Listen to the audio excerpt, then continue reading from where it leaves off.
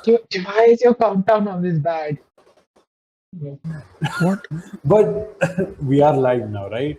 We are live. People, we are live right now. So everybody on your best behavior, if it's possible at all. But if it's not, okay, we ball anyway. Hello, everyone. Uh, this is a new stream. This is a new mini series based on an original game created by me called Monsters Ate My Homework. Uh, we are a new game part of the Pantsless Pride monthly showcase, and we are benefiting the Trevor Project as well as 5 individuals based out of India for mutual aid. I don't know if I said it in the right order. If I need to be corrected, please correct me. But it is for pride. It is for all queer individuals. Please help them out if you can with your cash, with your love, with your share. Anything, share it with everyone, share it with your family, share it with your uncle who is weirdly conservative, share it with your auntie who hates you, share it with your sister who loves you, share it with your brother who hates you and loves you at the same time, share it with the mother and father who are mothers and fathers. And besides that, like try to help benefit the Trevor Project and those 5 individuals for mutual aid as much as you can, because they would really appreciate it, and we need to help everyone that we can. I'm blabbering now. I will get to what the fuck this game is about. Um, but before that, hi, I am Aman. I run games occasionally on Pantsless tables, and I have made a multilingual accelerated project which is called Kismet, which was with Pantsless tables, and I run games here and there. I'm a GM based out of India, and I would rather pass the torch to somebody else. Assis, take over. What do you want me to say? I don't know. Introduce yourself. Who the hell are you? Right. That's the thing that we do. Also, to refresh your captions, I found mine also being good. Right. Hi. Hello. I am Assis. My pronouns are she and her. And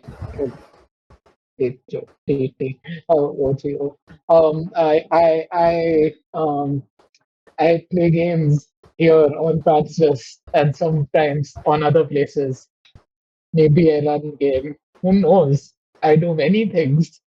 And I am playing in this game as a person called Yuri Deshchandra, whose pronouns are also she and her. And I, yes, Urvi. Great start, guys. Hello, hi, my name is Irby Fitz. My pronouns are they, them, and I will be Hatteras McIntyre for you for the extended period of time that you'll be watching this. His pronouns are he, him, and he's a doofus. Steve, you get to talk now. Have fun. Hi, hello. Hi. I am Steve, also known as Sassy Pants. I am here to do the thing and stuff and things. My pronouns are he, him. And I'm playing Sparrow Featherwind, who apparently is Lou Wilson coded. I don't know how that happened, but that is what Aman said. So that is what they are now. Pronouns he, they. I am playing. Let me pull this up really quick. Oh, great. I don't have it pulled up, but Yuri. No, wait. Sparrow. Fuck. Sparrow is the dude who does the things with the stuff. Yes, that. Anyway, that's me. That it is you indeed. By the way, I did not talk about my pronouns. I use primarily he and him, but you can use any pronouns if you want. Just go wild if you can. I don't mind. With that, Steve, do you have anything else to say before we get into the game? Am I missing anything? Where do we? Yeah, I do have some stuff to say, like that. You know, the world kind of sucks, and we hate everything, but like everyone hates art. And then you run a game, and you go live, and you try to make things out of it. And we're doing things and stuff, and we're here, and I'm rambling because I didn't really have anything to say, but you put me on the spotlight, so I'm just saying shit now because it makes me say shit, and it's helpful when I get to say shit. Aman, stop me if I'm gonna keep saying shit. Steve, it's okay. You can stop. Okay, Monsters ate my homework. What the fuck is Sounds this game getting about? real though. This sounds getting real indeed. But Monsters Eat My Homework, this is an original game which I thought of out of everyone somehow. It's a card from Brindlewood game, which means it is sort of based on powered by the Apocalypse chassis. So you roll 2d6 and you're trying to hit the highest number possible, adding any modifiers. So you roll 2d6 and adding modifiers, and whatever the highest and the high. I mean, what am I saying? English. You try to hit the highest number possible. 6 and below is always a failure. A 7 to 9 is a success, with sometimes a drawback, and anything above a 9 is a success without any major complications. Since this is a card from Brindlewood game, this is primarily going to be set in a mystery kind of a setting, where you see these players play as school children, playing in a school where monsters starts to appear, and they have to find out how are they getting through and how to defeat them. They have to find out clues by doing moves which they have on their character sheet, some basic moves and some special moves according to their particular character trope. You have things like Rustam, you have things like the theater kid, you have the trope like a bad example. And so these are the kids who are playing that trope, and they have to go about the school during the school day, trying to find out what the fuck is the monster is on about, and the after school move, which can happen in the same day or can happen several days later. It is the most dangerous part of the game because they have to find out the way how to stay back after school and actually come face to face with the monster. And I forgot to ask this during session 0, man. okay. Are the monsters hot? They can be. It's up to you. Okay, that's good to know.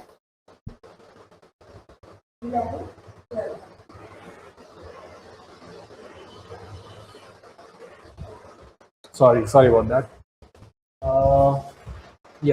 They can be if you want them to. So, I mean, like, it's always up to the players anyhow. It is never under my power. If we're running down this path, are the monsters age appropriate? There is no particular age to the monsters. That's appropriate. The monsters they don't have an age. You find these the players have to go about find out the mystery, how to solve the mystery, and they do that by gaining clues. When they have gained a certain number of clues, they sit together and figure out by connecting the dots between the clues and coming up with the conclusion. Like, this is how the monster is coming through, this is how we defeat them. And then they roll their 2d6 and do the student council move based on a unanimous decision. Like, this is the reason the monster is coming through. If they roll high enough, that is the reason the monster is coming through. So it offers endless replayability because every set of players will come up with different set of reasons for why the monster is coming through based on the different clues that they uncover. And that's the fun part about card from Brindlewood. This game also uses a kind of a unique gridded stat block, where you not only use your mental ability but your physical ability, and the intersection between the two is the appropriate modifier to add to your roll, which I will call for. And one last thing before we actually get into the game, there is a unique, and I'm proud of the stat called Jugaad. Jugaad is basically like MacGyver, Moxie, whatever you can think of. Like, I'm speaking about Western examples, but Jugaad is anything that you can get to help you. It can be something improv, or it can be literally a higher up source that you have, or it can be some magical ability, whatever. Jugaad can be anything. It's so malleable, it's amazing, and I'm so glad to have been incorporated this. And with that, I will take a sip of a cola. My God, I was thirsty. What I mean, uh, with that, without further ado, let's get into this game. The mystery for this mini series is called Somebody's Watching Me. The monster for this mystery is called Anxiety. Do you say enzyme? Anxiety. Okay, yeah, it's the captions are fucking us. Okay, never mind. I was Okay, very it's- confused too. Hey, we can end this right now. I've already found the solution. My character will find it in two minutes. We're done. All we need is clonazepam. All right. So, with this, let's start the series finally. In the quiet, unnoteworthy, sometimes looked down upon school called St. Zephora High. It's located in the industrial town of Scottswood, and lately the students have been growing uneasy day by day. Somebody's grades are slipping. The student athletes are not doing as well as they did before, and the principal has been a no-show. He's just not there. He's not coming to school, and he sent instructions through calls and emails, and everybody has to follow it in strict order. Uh, each passing day is becoming unpredictable as the next, and everyone is at a loss. What's this strange feeling in the air that this is the school under spell? What is going on, or is there something more nefarious going on? We open on a fine day in the school. Uh, we enter a high school class and we see school children mucking about, making noise, talking to each other. Somebody's already digging into the defense. Somebody's finishing up their homework which they forgot to do. Somebody's just chilling. Somebody has brought a cell phone and they're playing games on it. Teacher walk in. Her name is Padma Kumari. Kind of a young, gentle soul. Uh, you all know her as somebody who is not extremely quiet, but quiet enough to, you know, be everybody's like, oh, Padma ma'am, she is so sweet. She is, just the best because she doesn't scream at us. Um, she makes extracurriculars. She gives priority to extracurriculars as much as she does to studies and homework. She comes into the classroom and looks about, the class making noise, and she just taps her ruler uh, on the table. Tuck, tuck, tuck. Everybody goes quiet, and we pan to you three, who are sitting on adjacent benches. So, with that, I would like you to introduce your character. Tell us what trope you are playing. You don't have to tell us what moves you have. You can just tell us what you look like, what are your pronouns, what trope you are playing. And yeah, let's start with Urvi this time. Hello, hi. Hatteras McIntyre is honestly a fairly average dude. Comes in at 5'8" or 173 centimeters. He's a little bit of your athletic but slightly stoner mix. So doesn't really run with the jocks, but can keep up if he needs to. And this dude is your hall monitor. He takes his job very seriously, but when it comes to dwelling out and dishing out justice, he does it in a fairly chill and positive manner, is really hoping to bring his fellow student body along on a growth journey with him. Amazing. Let's go next to Steve. I'm playing Sparrow Featherwind, who is a bad example, which makes sense. They're just here to cause chaos, be the class clown, and ensure that the teachers have a horrible day. That's the reason for their existence. Amazing. Is that all? Oh, you know what, Steve? That is all. What do you mean? She didn't even No, describe. I don't want to put Steve under pressure. I want to No, put it's you under fine. pressure. Describe what your character looks like. Yeah. I totally did not forget. That's what I was supposed to do as well. Okay, so Sparrow is tall, built like a bear, like just boxy is what they look like. I'm going with the thing that we don't. This school does not have uniforms, right? Or do we have uniforms? Let's start there, because then it will help me describe what they're wearing. I would say white shirts and dark gray pants. Okay, yeah, that works. Wearing the white shirt with the top two buttons open, the tie is loose, hair is unkempt and like going in 4 different directions. It is short-ish hair, like doesn't go below the neck. Is like looks like someone tried to grow out a wolf cut, but then lost interest halfway through and was like, "This is fine." If you've seen. Actually, you know what? That's a niche reference. I'm going to keep that to myself for later. The boots are dusty, not polished at all. He's wearing a watch that shows the time 20 minutes behind it should be. Bracelet on one hand, which has a bunch of weird symbols that you don't really recognize, and is just lounging in the middle of the row. Head back, trying to not fall asleep. Awesome.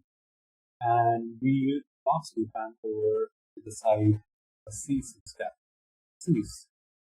Describe this Yuri Deshchandra is the theater kid. She is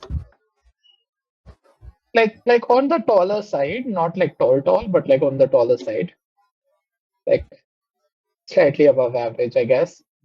What is that, the average? I don't remember. She has like slightly unkempt straight hair. Her uniform is like pretty like decent. Like uniform is like there and kept neatly, but there's also like just small changes made here and there, which she's gotten in trouble for before. Like a button has been replaced by a nicer looking button. Like there's just a random like enamel pin somewhere. Small stuff that doesn't really fit the code of conduct. And yeah,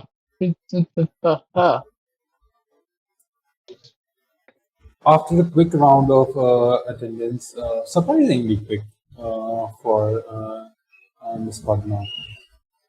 She is your mathematics teacher, and it being the first period, it's usually a chill period even for mathematics, but she immediately turns to the class and says,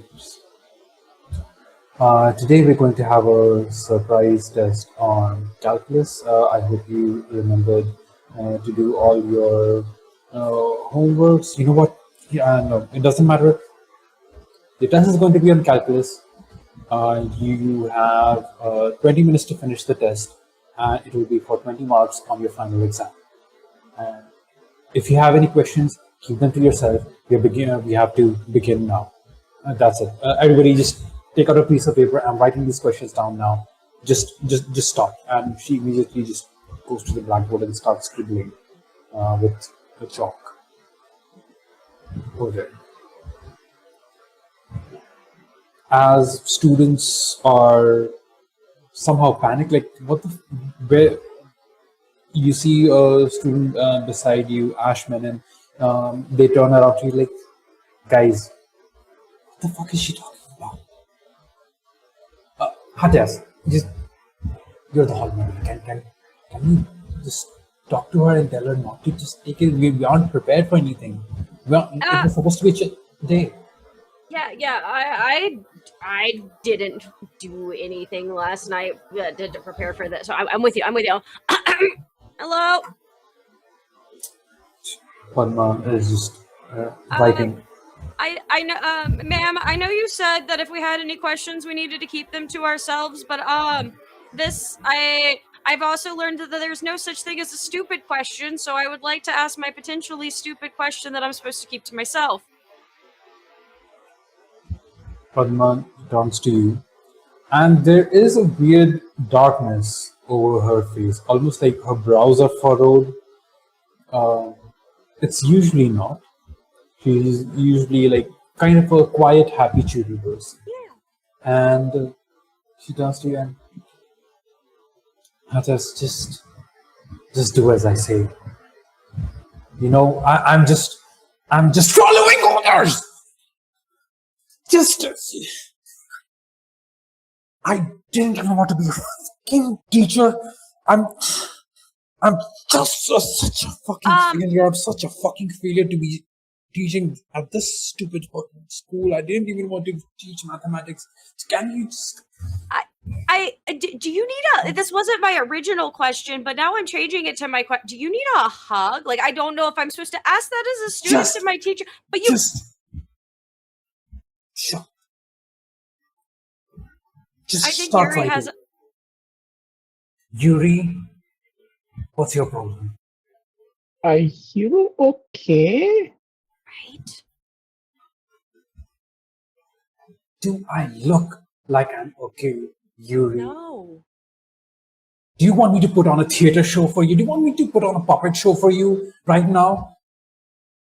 You know, just to explain what the hell is going on in my mind. Can't you just do the test, like I said? Oh, okay. Puppet show is a good idea. It might make calculus make more sense. You know, you only get to get a maximum of 10 marks, Yuri. You know what? That's your punishment. You know, your entire row, and you see like your entire row of students, you will only get marked out of 10. Your 10 marks are gone now because of her stupid Hey, I didn't even say anything. What do you mean? And at this point, you see just out of your classroom, you know, on the hallway, you know, a couple of students running by, hands, you know, clutching, almost pulling their hair, just running by, screaming. You see another kid from a junior class running in the opposite direction. Almost like everybody is panicking at this moment. Don't fucking pay attention to them. I'm telling you, you have to start your test right now. If you don't start right now, you'll get marked 0. The halls aren't safe, though. And that is my area of expertise, ma'am. I can't just sit by when the line of duty calls. You know what, Hatteras? You're absolutely right. Please leave. Hatteras will just get up and be like, yeah, okay.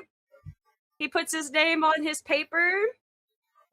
That's always worth a point. And then we'll walk off into the hall and just kind of Scooby-Doo peek around the corner to make sure there's nothing immediately endangered. As you peek around the hall, you see as you see like students, you know, some are running, a few running in this direction, some are running in the opposite direction. Some students are trying to leave their class, but they're being pulled in, either by the teacher or by some other students. It's like they're trying to escape, but they're being pulled in. You feel a barrier if you're trying to, if you, as you try to peek through, you Yeah. feel almost like a barrier kind of, push you, trying to push you back into class. You don't know if it's just, is it just the air? I don't think you can tell what that is. Hey, no, and he'll just call down in the no running in the hallway. As you shout, a girl about like 14 years of age, I think a few 3 or 4 years your junior, Yeah. just stop, and you see like black mascara all around her eyes, and like streaks of tears have just like completely ruined it.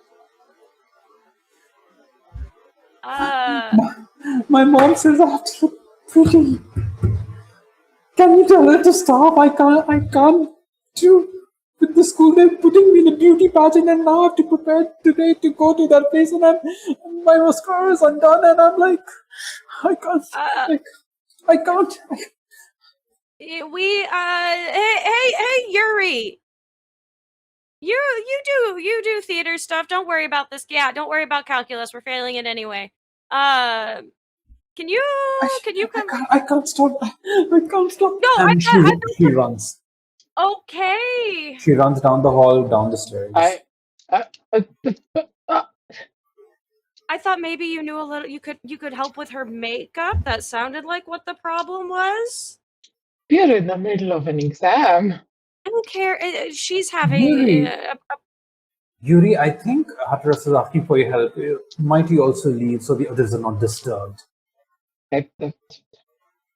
Let your other students in your row at least get their marks. Fine. And do you leave? I leave, but I will also like I'll just like bend over to Sparrow's desk and just mess up like whatever they were writing before I go. Hey, No one's anything. As you leave, Yuri, you see, and because you have to pass by the teacher's desk as you leave, you see there's like her. She has her head in her hands and she's furiously typing on her phone, but at the same time, her hands are shaking. That's all you can make out for now, unless you want to try something. I'm pissed off at her, so I don't think so. Sure. Okay, you're at the door with Hatras. Do you want to chase after her? Like what? What's the Well, plan? I'd hope that she was gonna, stick around and we could, because she asked for help. So yeah, I feel obligated to help her, and I figured you had a special set of skills good enough to help out in this. Yeah. An exaggeration, but sure. Well, she's trying to be nice. And Hatteras will, attempt to step out into the hall and follow after the mascara crying girl. Both of you, as I try to leave the hall, again, Hatteras, you have already felt that kind of like barrier push against you. Yuri, you also feel the same thing, almost like the air is trying to push you back into class. But there is no wind, as if like it's just like a kind of a weird thickness in the air, which is almost like trying to pressure you back into class. But for now, you're okay. You sort of push through.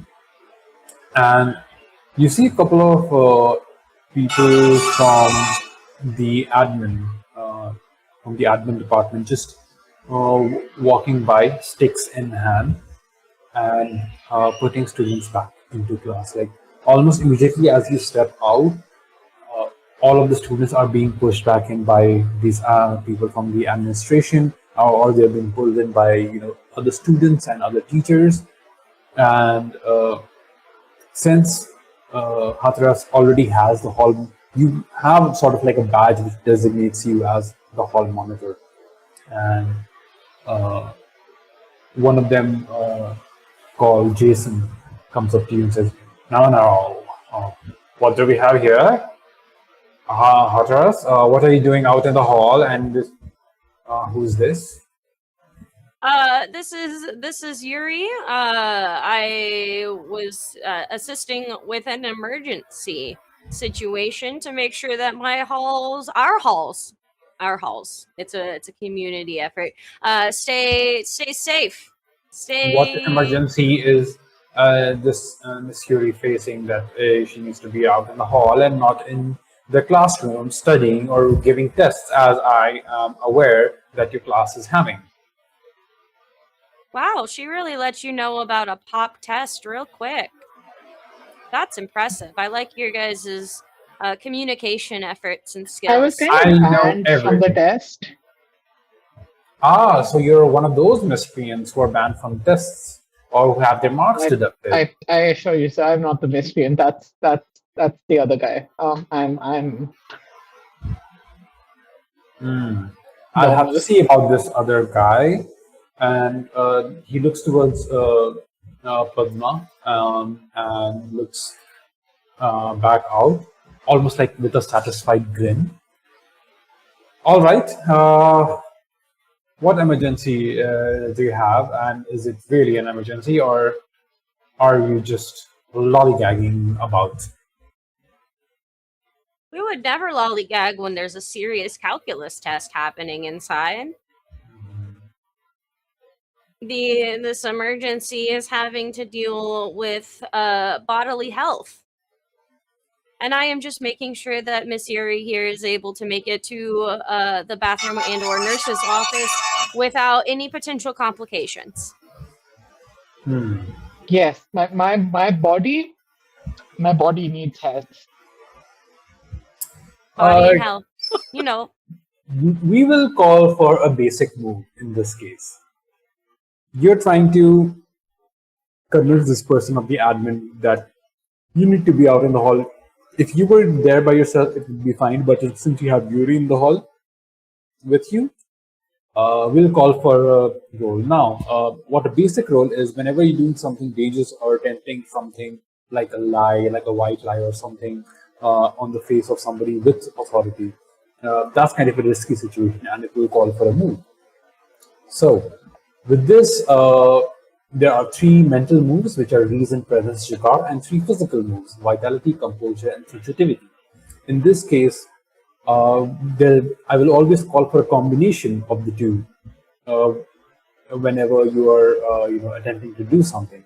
In this case, I think this would be reason with composure. I think this would call for that. And whatever the intersection of the grid with the mental and the physical abilities, whatever, if it says 0, then you roll 2d6, add nothing. If it says 1, you roll 2d6, add +1. If it says 2, you roll 2d6, add +2. That's how the rolling system works in this. So in this scenario, I feel like it uses reason with composure. Composure because you're trying to exude confidence, and reason because you're trying to make sense. Like, hey, I'm trying to give you a reason why we're out there, why there's a logic behind why we're out there. So roll 2d6 with and add whatever the modifier is. That is a 7. A 7. Okay. So on a 7, it's a partial success. This is called a school day move. So it won't have huge backlashes, but it is a partial success. He says, all right. I believe that calls for a visit to the nurse's office then. I will note you guys are out of class, and I will check in that you guys are safe and sound in your class later. All right, now go on about, Hatteras. Emergency does not wait for anyone. You're quite right, mister. Come on, Yuri. We've got to get you to the nurse's office. All right, as we are heading, as you two are heading off to the nurse's office, if that's where you're going, um, Steve, what do we see Sparrow? What's Sparrow doing? So Sparrow is in, like, first you see him just upset that his paper has been ruined. Then he looks down at it and he's like, it's not like he was going to do much with calculus anyway, because Sparrow does not understand math, because of course he does. So I think, is the teacher still here, or has she left? Miss Padma is still there, Okay. but she's not like paying attention to the class. She's like buried in her phone. So like the students are cheating, but occasionally she glances up to quiet them down. Okay. I'm gonna pull out my phone and I'm gonna go on Blue Sky and I'm going to tweet about, yo, Miss Padma is being really weird in class today. Surprise calculus test, y'all. And I'm gonna take a picture of the test and I'm gonna post it. Sparrow has like a decent following on Blue Sky, like a couple thousand followers. Most of them are fellow students. Some of them are probably teachers with burners and other things. But yeah, and just he's not gonna cheat, because that's not what they do, right? Sure, they will go on the internet during an exam and they will post the exam on the internet, but they are not going to cheat, because that's too far. And then just finish, or like quote unquote finish the paper and hand it over to Miss Padma. Just I'm done. Done already, huh, Sparrow? I didn't expect any more from you anyway. That's okay. I didn't expect any more from me either. Indeed. Proud of. Very good, Sparrow. Very good. Now go back and say. What am I supposed to do? I'm done with my paper. Do you think I give a damn what you do? Do you think I want to be stuck here looking after whatever you're trying to do? Do you think I want to be stuck here looking after you, looking after every single student here, looking after these stupid exams? But no, I have to do it. So you do your job and go sit in your place. What do you mean you have to do it? Just go, leave, go home, take a nap, take a bath. I don't know what you do at home, but like, go watch your favorite movie or TV show or whatever. I don't know. I'm gonna miss you. I doubt you will ever miss me, Sparrow. And I doubt I will ever miss you. So why don't you just ignore everything and go sit back in your place? Go play with your phone. Go tag your teacher. Go make fun of them. That's what you do best, isn't it? Make fun of everyone. Just go do that. Go be a miscreant. No, I feel like you're trying to shame me, but it's not working. And I just go back to my seat, and if you'll allow this, I have been recording this conversation the entire time with my phone in my pocket, and I'm just gonna post it to be like, yo, Miss Padma is really out of her mind. I don't know what's happening, but stay tuned for more updates from whatever is going on in school today. I'll allow it. I don't think she notices. But yeah, I'll allow you to record and post it because I think you're. What is one of the abilities of bad examples?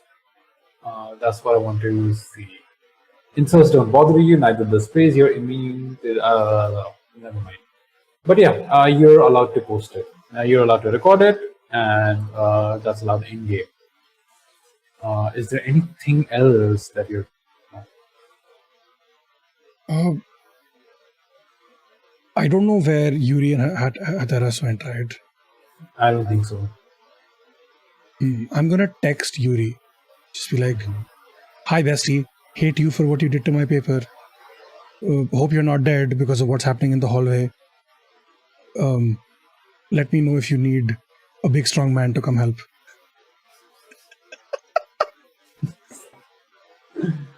With that, we cut to Yuri and Hathalas. Where are you two heading?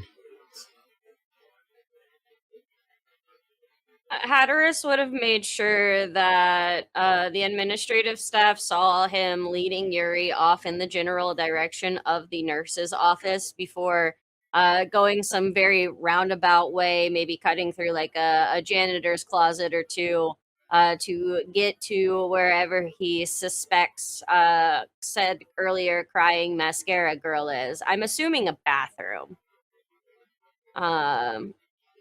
Would you like to check out the bathroom? Yeah, I mean that makes sense. You do hear some crying sounds coming from the girls' bathroom. I can't go in Okay. there. So this is Yeah, all you. I'll go. I'll go.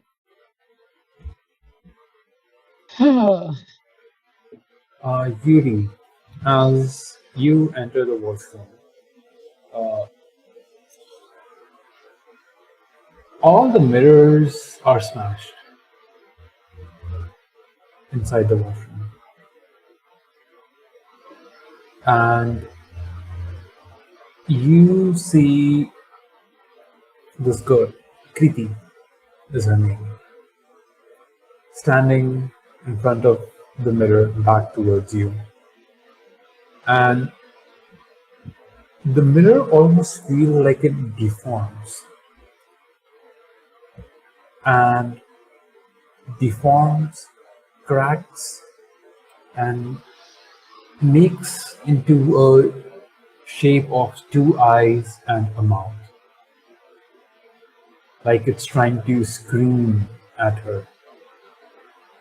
And you see a crackling, and you start to hear a kind of a crackling scream from the mirror itself. As the mirror is cracking, it almost sounds like a scream.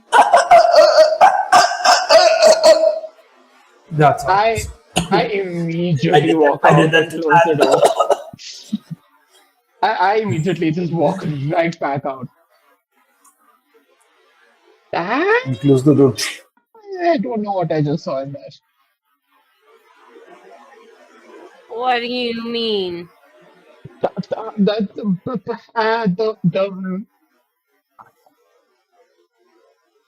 I don't know how to describe this. And I just but watch closely, and I start like imitating what I saw, like just acting it out. But you saw it in the mirror? Yeah. Was like she the one? Like was it where her like were flat? No, she was kind of just there. Did you like get her out? Well, you should get her out. Like pull Oh, her right, with I you. should get her out. I go back inside. I go back inside. Just as you open the door, you see Kriti standing in front of you. Oh, hi. Hi, I look at towards the mirror. The mirror is fine. Are The you still okay? mascara face, still like ruined makeup. I'm fine. You need help with that? What?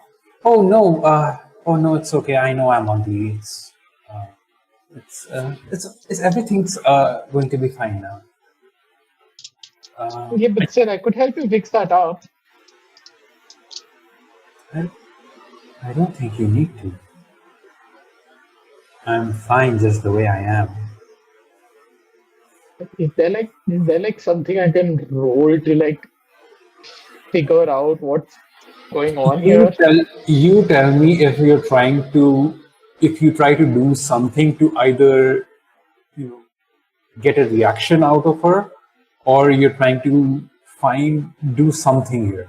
Then I'll tell you, what. No, I don't really want to do anything. I just want to try and like, Uh, yeah. okay. So I feel like uh, you can still use your special student move. Uh, I don't think my special student move really applies here. it it can, depending on how you put yourself in jeopardy. No, I don't like that. I think I'm just gonna like be like, right, okay. I think you should still just come and talk to Hatteras. He was concerned. Oh, of course, of course. See, of course, I'm just a girl. Yeah, he's a man. He would know what I should do. He knows. Wait. Huh? That Huh? that's not how that works. No, but I feel like that is how it works. That's what I've been taught now. I well, do you have my number? I don't think I do. I don't think I know you. Okay, I need your number like right now, and I would just like pull out my phone from somewhere and Okay. She, types in her number, uh, and she looks at you towards you, Hatteras, and just says, "Hello, hello, hello, sir. Uh, okay, I will deal with you later. You talk to him now. I'm Hey, sorry if I caused her. I'm so sorry. I'm so sorry if I caused her, officer. I didn't. I did not. I did not mean to. I'm just so. Uh, you know how us yeah, girls are. yeah, I know all about the girls.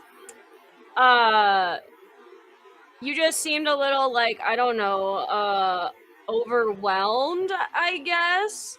And you like asked for some help, so I figured I'd get you one of, the what do you guys call them? One of the girlies, and would like figure she'd be able to help you out, because you seemed really distraught about it. You are really so considerate. Thank you so much. I've given her my number. Thank you so much. I'm Yeah, so glad I ran into you. I hope you do well in your beauty pageant. That was what was fucking you up. Sorry, shouldn't curse in the halls. That was what was making you big time sad earlier, right? Oh yes, I'm sure I'm going to lose, but as long as some people notice me and put me up there in some more beauty pageants, and then maybe I can maybe one day get somewhere. Just be like what I've been taught. Like, hey, you have to be the prettiest. You have to be you know uh, you have to be quiet. And so that's what I'll be. What I've been taught. I mean, like, if that's what's gonna, make you feel good and confident and happy, then yeah. I'm glad you were able to like work through. Did you give yourself like a pep talk of some sort? Like, I have been talked to. you've been talked to. Yes. I didn't see. Did one of the like administrators like get to you? Because like we were talking to them and I haven't seen anyone in the hall Oh no, it was in the ladies' washroom. I don't think you're allowed in there.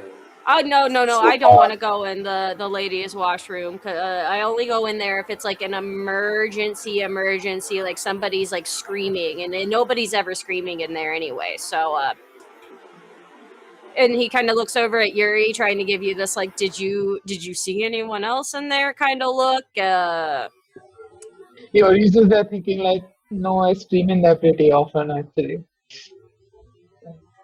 Oh, He knows your scream. It's different.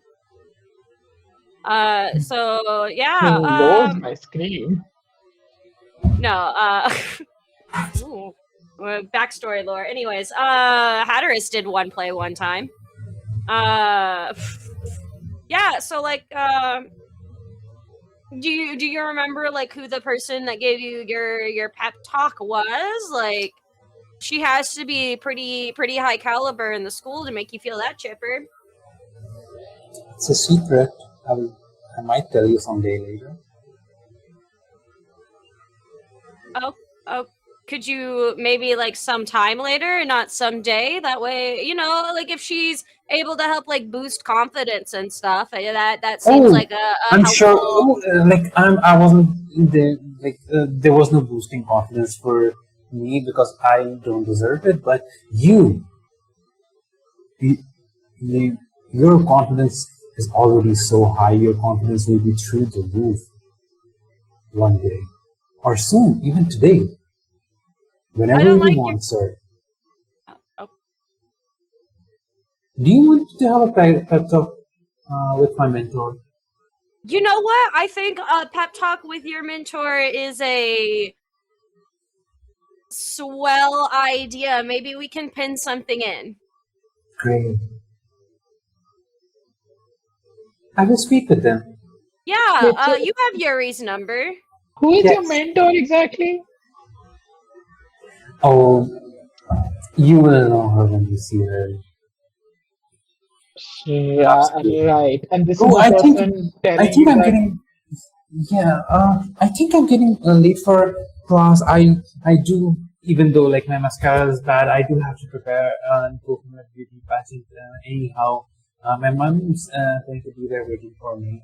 In fact, everybody of my family is going to be there waiting for me. Everybody's going to be. Everybody's going to be watching me. I don't know. Raman, I can't hear what you're saying at all. I don't want anybody to watch me. I don't want anyone to see me. But you're performing at a pageant, aren't you? I am, and I will. Thank you. I'll speak to you later. And she turns and robotically walks back. That girl is not okay. No. Also, just some wildly like unfeminist ideas of the world, and also there was a screaming face in the mirror. Yeah. That would. Yep. That was what I would. I think we might end up having a meeting with said mirror later. I don't like that. I'm assuming that you would have texted Sparrow at the same time. Yeah, I would have checked if Sparrow's text has come true. I would just be like, hate you to come to this location. Come to the woman's bathroom on. Come to just ahead of the women's bathroom on this floor. Sparrow at the same. XOXO Gossip Girl. Sparrow, XOXO. I think you have a small window to try to disappear from the classroom as Miss Padma is collecting answer sheets. How do you try to leave it? How do you try to escape? Oh, I have to. Okay. Sure. So the I don't think it's time to use my special move just yet, because it's okay. You can use it. It's not like there's only one time to use it, but you can if you want it. Okay. Um, I'm gonna do it then. Fuck it. I shall. While she's collecting papers, I'm gonna stand up and I'm just gonna be like, "Hey guys, so you know, the whole point of coming to school is so we learn things, but also have fun. And if today has been any example, we haven't really learned anything, nor have we had fun. And our teacher, Miss Padma, apparently hates us, has always hated us, and today is speaking her mind truly to the masses. I don't know what's going on, but here I feel like now is time that we take a stand and we stand up for ourselves as individuals, as students, as people who are going to be adults someday and be in positions of power and presidents and prime ministers and CEOs and entrepreneurs and other things. And we stand up against the tyranny of our oppressors, of our professors and our teachers who use the F word in front of us as teenagers. And I say down with the establishment, down with the teachers. And I'm going to use my move, which is mass bunk. And I'm going to try to get everyone to mass bunk this class so I can escape. Let me read out what the mass bunk move says. You flaunt your rebellion, you hell with classes and attendance, chaos is your true teacher. When you entice the crowd with your rebellious nature, roll with an applicable stat on a 10 plus. I'll tell you what happened on a 10 plus, but okay. I feel like this would be a presence with composure. Okay. Unless you can, convince me otherwise. No, I think presence and composure makes sense to me. Because I'm not being sensitive at all. And so sensitivity is also related to some mystical properties, some magical element of otherworldly or some supernatural ability. So that's what sensitivity entails to. I know presence and composure makes the most sense then. All right. So roll 2d6 and add your number to it.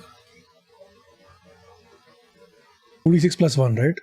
2d6 plus. Yep, it's plus 1 for presence and composure. Yep. Plus 1.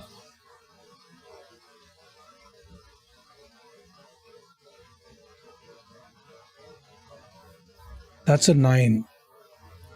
On a 9. Okay. On a 7 to 9, you gain notoriety in your class. They will help you in one simple task. So, you tell me, how do you entice the crowd and how do they help you, in whatever task you want them to help you? What happens next?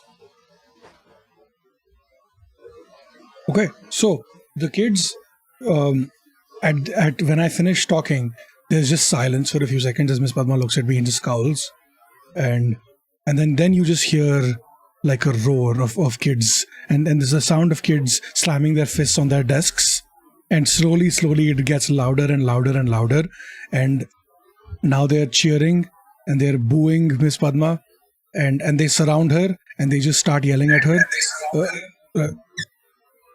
and they just begin calling her names and an unfit teacher, not worthy to be here, a waste of space and other things. And while that's happening, I just sneak out. You sneak out, and even the students, they start to take out their phone and start showing the post, start showing the video of her screaming at you, which has now gone viral on your profile. It's like the first viral video on your profile in a couple of months, which is great. It's getting so many new followers, new shares, new quote tweets, etc. And she's trying to calm them down. She's trying to, guys, just shut up, sit down, take that phone away, put that phone down right now. I'm coming to you. I'm going to rusticate that phone right now. And in all of this chaos, you escape and you run. And hello. At this point, I feel like this is a good enough point where you three get together again in front of the ladies' washroom. Right. Yeah. Hi. Hello. What's happening?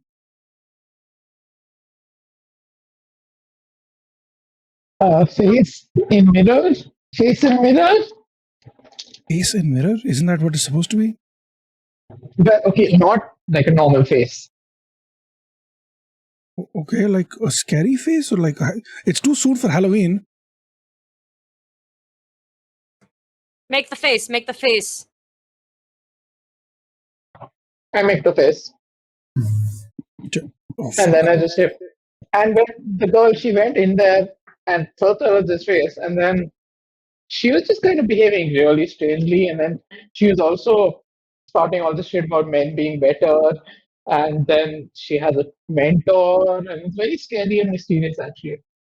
Okay, so she's learning. Okay, that makes sense. To be clear, Sparrow is saying this ironically. They do not actually mean it. Okay? I hit Sparrow with the makeup brush. Wow. Of all the things. Okay, you know what? Fine. Fine. I guess you do need the big strong man to go into the ladies' washroom to check out the weird face in the mirror. Okay. You can't go into the ladies' room. That is against the rules, sir. Yeah, I know, but if we need to figure out what's going on, right? Unless Yuri, you want to go check it out?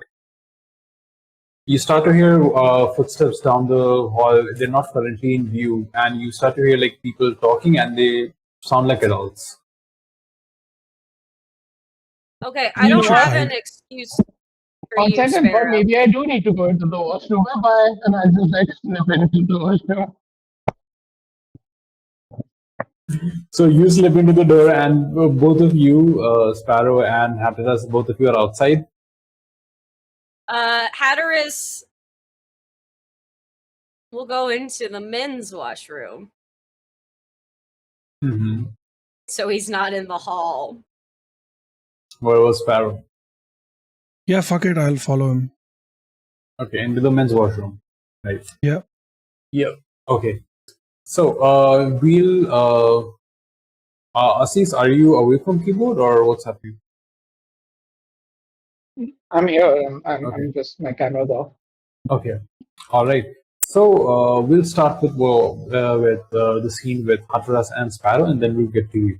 Is that cool?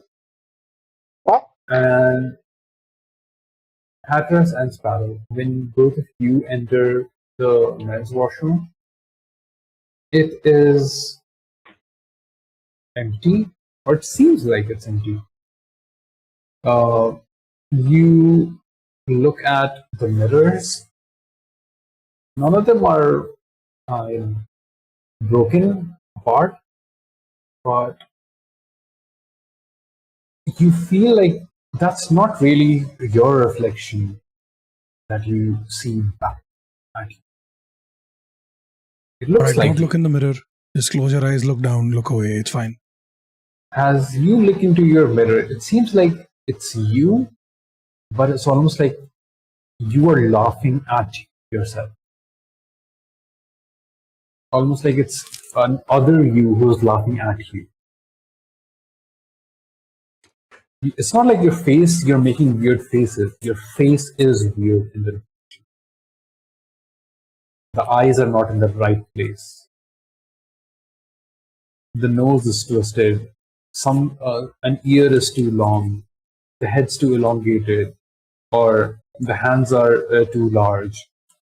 The laugh is too weird. And you do like kind of hear kind of an echoing laugh around, sourceless. But both of you do see these weird distorted reflections. And that's going to be your first clue.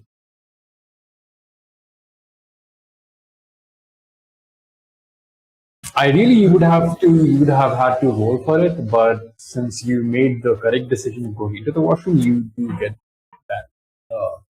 Wait, sorry. Can you repeat that? That's your first clue. That the mirror is laughing at us. Yeah, weird distorted reflections in the mirror laughing at you.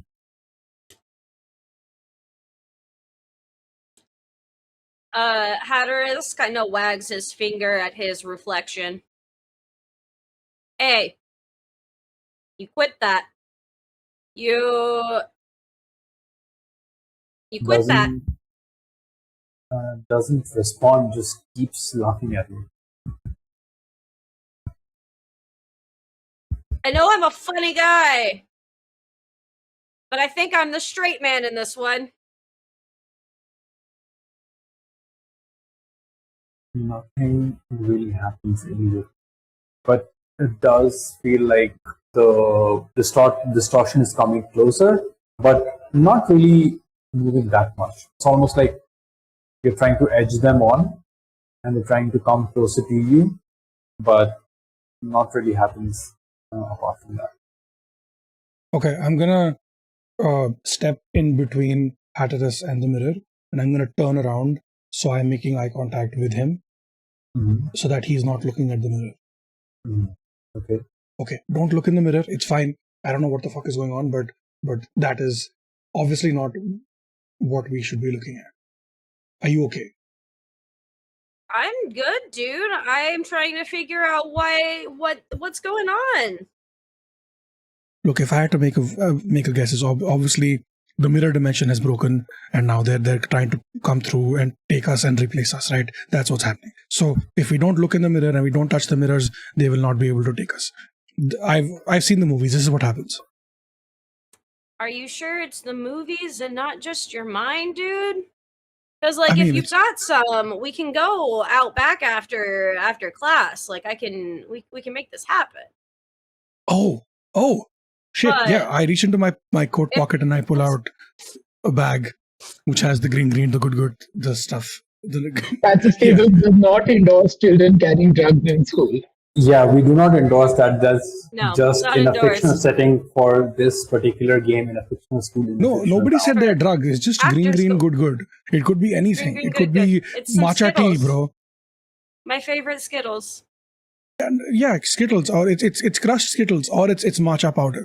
That's what it is. It's matcha powder. It's matcha powder. Ah, thank God, something to give me a little energy. But after school. After school. After school. We don't do that stuff at school. That's Hapless. inappropriate. Hapless, when you look into the mirror, inside you almost did feel hurt. It felt like hurt. And not like a physical hurt. It felt as if you let yourself down. Or you let others down. That's what it feels like. You haven't taken a condition yet. But that's what looking into the mirror felt like. Cutting to UV. Oh, nice. There is just one single mirror currently intact in the washroom. I reluctantly look at it again. You see a laughing version of yourself in the carpet. Ah, Almost like peeking, almost like eyes wide, almost like laughing at you like this. oh, that's not normal. Do you talk?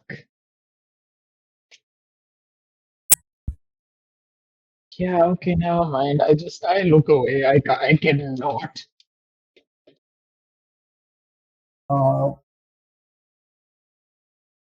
There is a lot of washrooms are like kind of a humid place, but it almost feels like a sauna in here. It feels hot to the point of, not just beyond irritation. That's what it feels like. And it's almost like somebody's put the geyser on and let the tap run, and it's almost starts to feel like a sauna, and you slowly start to see like the mirror fog out. The hell? I checked, like, are there any taps on? Is like anything? There doesn't seem to be. I am running out of there. I don't care if I get in trouble. This is too much.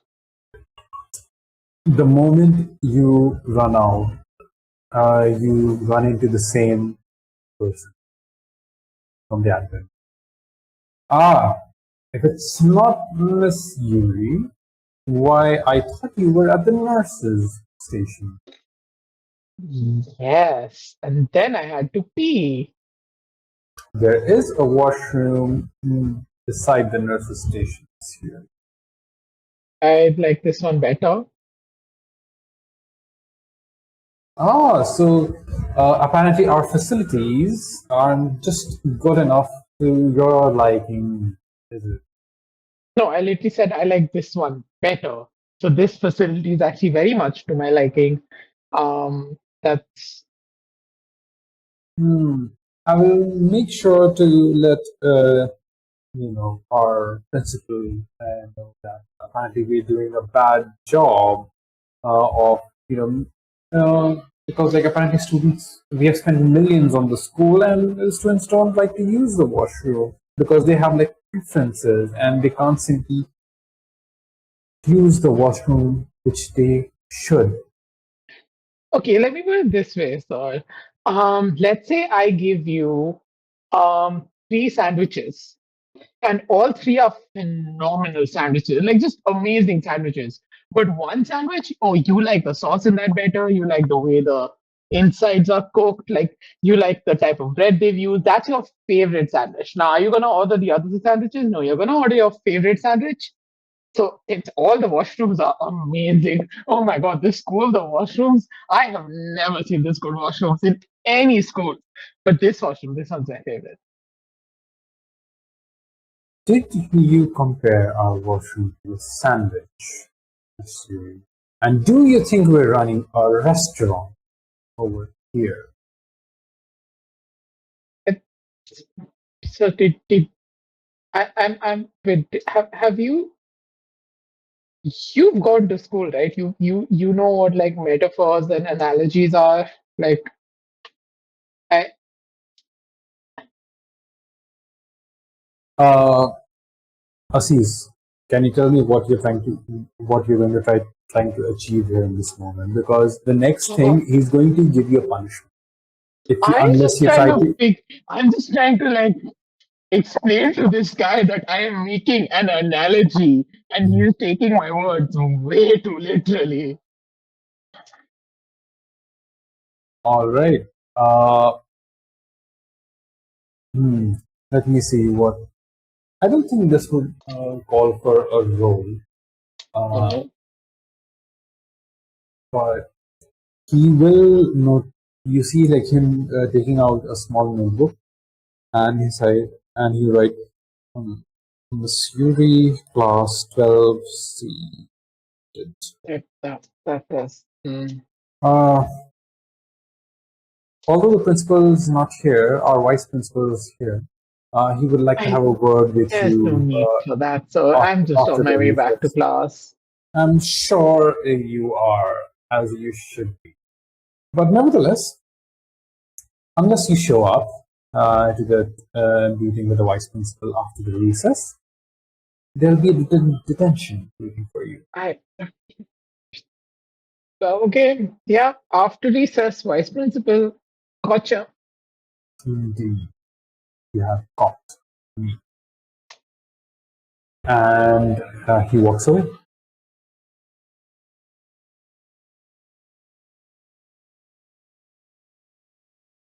I knock on the other bathroom's door. Yuri, important to notice, you guys heard two voices talking. Yeah, And it's just him walking. yeah, because the other person walked away, obviously. You didn't see the other person. Yeah, because the other person who was the voice never came close enough and walked away, which is why I didn't see another person. Don't be silly, voice in my head. You knock on the boys' washroom door. Yeah.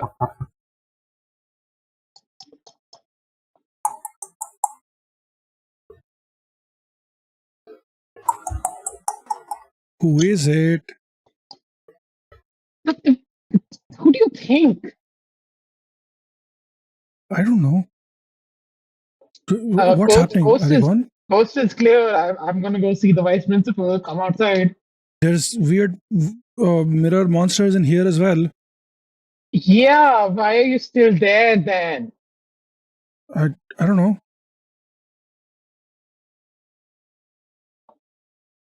We leave. No, now I actually have to pee. Wait. No, Hatteras still leaves. Hatteras walks out. Are you enjoying the mirror monsters? I mean, it looks like me, so it's kind of hot, you know. I thought you're peeing. Why are you outside? I'm talking to you from inside. Oh, you're shouting inside the washroom. You shut up and pee, Hatteras. What, huh? Why is this? Why is, oh, this hurts. Why is what? The mirror things. It was so scary. Yeah, no, they were kind of just like laughing at me, and that, like, Yeah, I didn't I like don't know, it it. didn't feel too good. Yeah. Did your bathroom also start like getting incredibly hot and then fogs filling up the mirror? Like, No, that's probably just because you were in there. Yeah. can we move slightly? Like, Yeah, we can do a little shuffle. also, weird creepy guy came back. He has made me have to go to the vice principal, and also he doesn't seem to understand what an analogy is. One of the adults does. I mean, like, it's been a minute since most of them have been in school, so I guess I could get possibly forgetting what an analogy is. But he But at thought I this, was calling the bathroom a sandwich. The bell rings, the period ends. that'd be the worst sandwich ever. That's just a shit sandwich. Can you imagine a I bell mean, ringing or a every bad time a period sandwich. ends? Huh? What did he say? I said, can you imagine a bell ringing every time a period ends? Okay, Steve. So wait, are we in recess or do we have another class? You have there's still classes going on. Oh, okay. We should really get to class. This is Are you done peeing yet? I mean, I gotta go do my duty. You were just in the bathroom. No, like my dude, you know, I have to make sure. You know exactly what I meant, Yuri. Don't do this to me. Okay, fine. Do you have your responsibilities that let you skip class? Sure. They're the best kind of responsibilities. Is Sparrow out of the bathroom yet or not? Yes, you see him finally step out. He opens the door with his foot, and you see him walk out and just lets the door slam behind him. You know, I'm not touching that door after I'm done washing my hands. That's just weird. I'm just glad you wash your hands. Let's go to I class. always wash my hands. Can we please get to class? I don't Yeah, want to be you in more guys have trouble. about 5 minutes, I think, if that, to get to class. And I know yours are on the other side of the hall, so you better get going. What, are you going to write me up? Yes, actually. Wow, and just when we were discussing going out and enjoying some of the green stuff. Flirt later, class first. And I just start dragging Sparrow with me. Okay. Both of you are heading towards the class, actually. Okay. Atras, what are you planning? Hatteras is 100% here to do his due diligence and his job to make sure everyone goes to class. He's a good kid. He just likes a little partaking every once in a while. All right, I'm sure he does. So how the school is kind of laid out, it's not really, you can't really see, where all of the classes are. There's twists and turns in the hallways. It's kind of like a weird S-shaped kind of a school. So you see Yuri and Sparrow both head off towards their classes, and you're sort of monitoring. Students coming in and out. Taking some tea breaks. Teachers shifting classes, going from one class to the other, and you think you're okay. Like about 5 minutes is going to be up now. Immediately you start to hear footsteps of people running. That's what you hear first. Hey, no running in the hallway. The It's first not thing safe. you see 15 school kids turn the corner and head straight first, barreling towards you, scared. Some are crying, some are screaming, some are tearing at their skin, some are trying to, tear at their clothes, and they're running towards you. They're not even seeing you. Hey!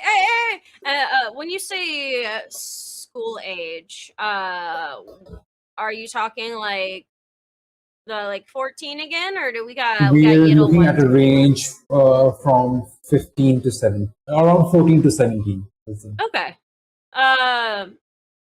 Hey, guys, come on. What's so bad? It's a Friday. Thank God it's Friday. Where are we going? Where are we coming from? As you're trying to stop them, you see one of the star athletes of the school, Vishwajit. You can call him, people just call him Jeet. He is like, those literally star athletes who can't do anything wrong when it comes to sports. Yeah. He is trying to,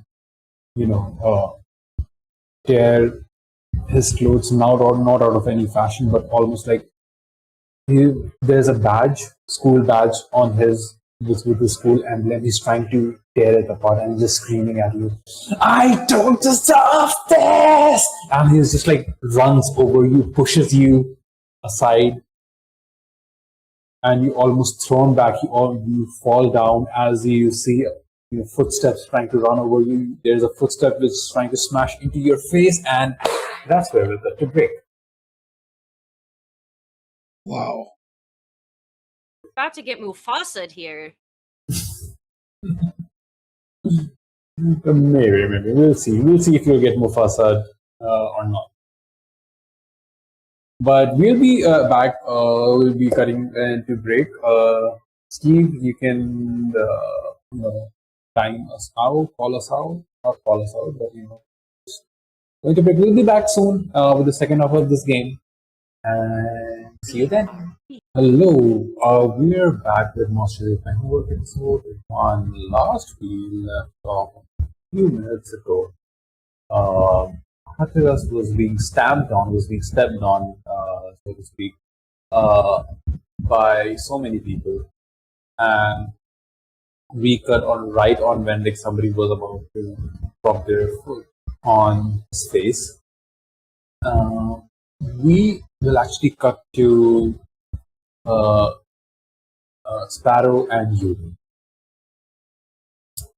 You both are back in class, and when you enter the class, the rest of the students, all of them seem eerily subservient, not to you, but to the teacher. The teacher is an older man, about 50-ish years of age. His name is Varis. A very a black what's that called, French cut for beard, which is obviously not his real color. It's grayed out, but he colors his beard black, and he is your English teacher. Now, students, we will get into Hamlet, but first we will talk about why Shakespeare is the ultimate part and the ultimate definition of man and how he came to write the greatest plays that anyone could have ever written. Alright, now turn to Hamlet, page 1.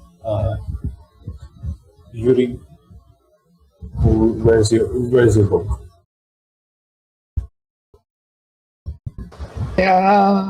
In my bag. If you'd be so kind to take it out and just pay attention to studies. I know you're in the theater group, so you should be well aware of why Shakespeare is great. And He's the bard. He's the bard. and you can see just him like I take out my book and it is like it has a paper cover on it instead of the normal cover, and there's just all sorts of drawing of essentially Shakespeare fan fiction all over it. and Sparrow, I see you do not have your book as usual. No, this is the book. I just gave it a paper jacket to like protect it. Sparrow. Where is your book? Oh, I didn't think we needed today, so I didn't bring it. So, would you like to perform soliloquy from the play? Perhaps, since you don't need it, you will know it everything from the heart. So, please go ahead. Sure. Sparrow walks up. Sparrow just stands up and puffs out his chest and is just like, to be or not to be, tomorrow and tomorrow. These. All right. To be or not to be, that is the question. But it is nobler in the mind to suffer the slings and arrows of outrageous fortune. Tell me, Mr. Sparrow, do you consider me a fool? Do you consider me a lesser being? No, I think all humans are equal. Indeed, so all humans are equal, but unfortunately, this classroom is a dictatorship. You are nothing but a subject. I am the dictator of this classroom. So if you will not be paying attention to studies or be bringing your notebooks according to the syllabus in proper condition, Yuri, Again, it's just a dust jacket. then perhaps you should look for another school. Would you not, where it is better suited to your behaviors and your looks? What's going on? It's just a normal scolding. I'm sure this is fine. So I promise I will.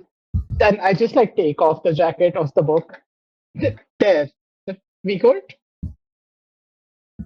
You see, for just a flash of a second, you see his face contort into what looks like another face. Eyes completely black, nose like snakes, teeth like a vampire. For just a fraction of a second before he says, "That will be fine." I just glance at Sparrow like a you saw that too kind of glance. I just shake my head and just close my eyes for a second, just processing what happened before I look back and just nod. Good. Ken, are you okay? Are you asking the teacher?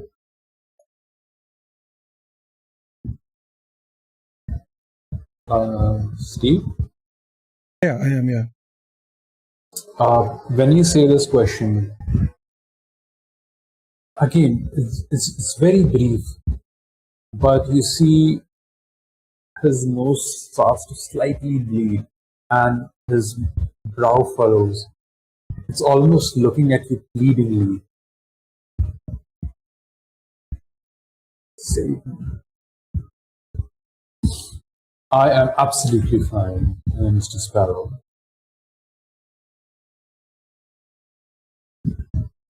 Thank you Okay. for asking, for being so concerned about your fellow equal human being. But like I said, this is a dictatorship. And you're nothing but a plebeian in this case. So, like good subjects, go back to your desk or go to the vice principal and explain yourself. Oh, I'm gonna stay here. I'm good. Good. So we're all in, and he just looks towards the hall as both of you and the rest of the class see like a stampede of students run from one direction to the next out in the hall, and he's like, "What's the name of this?" And steps out of the hall of the classroom for a minute. At this point, we'll cut back to Yuri. The person barely misses your face as you twist your head around and make sure your face isn't stamped over. But they don't stop. They run away. They run downstairs. Hatteras will try to like clamber to his feet using like any lockers or anything nearby to get back up, and then just kind of pats himself off. He tends to wear his uniform pretty neatly, and is going to go the direction that they came from. And look through the various hallways and such to see what has been upended.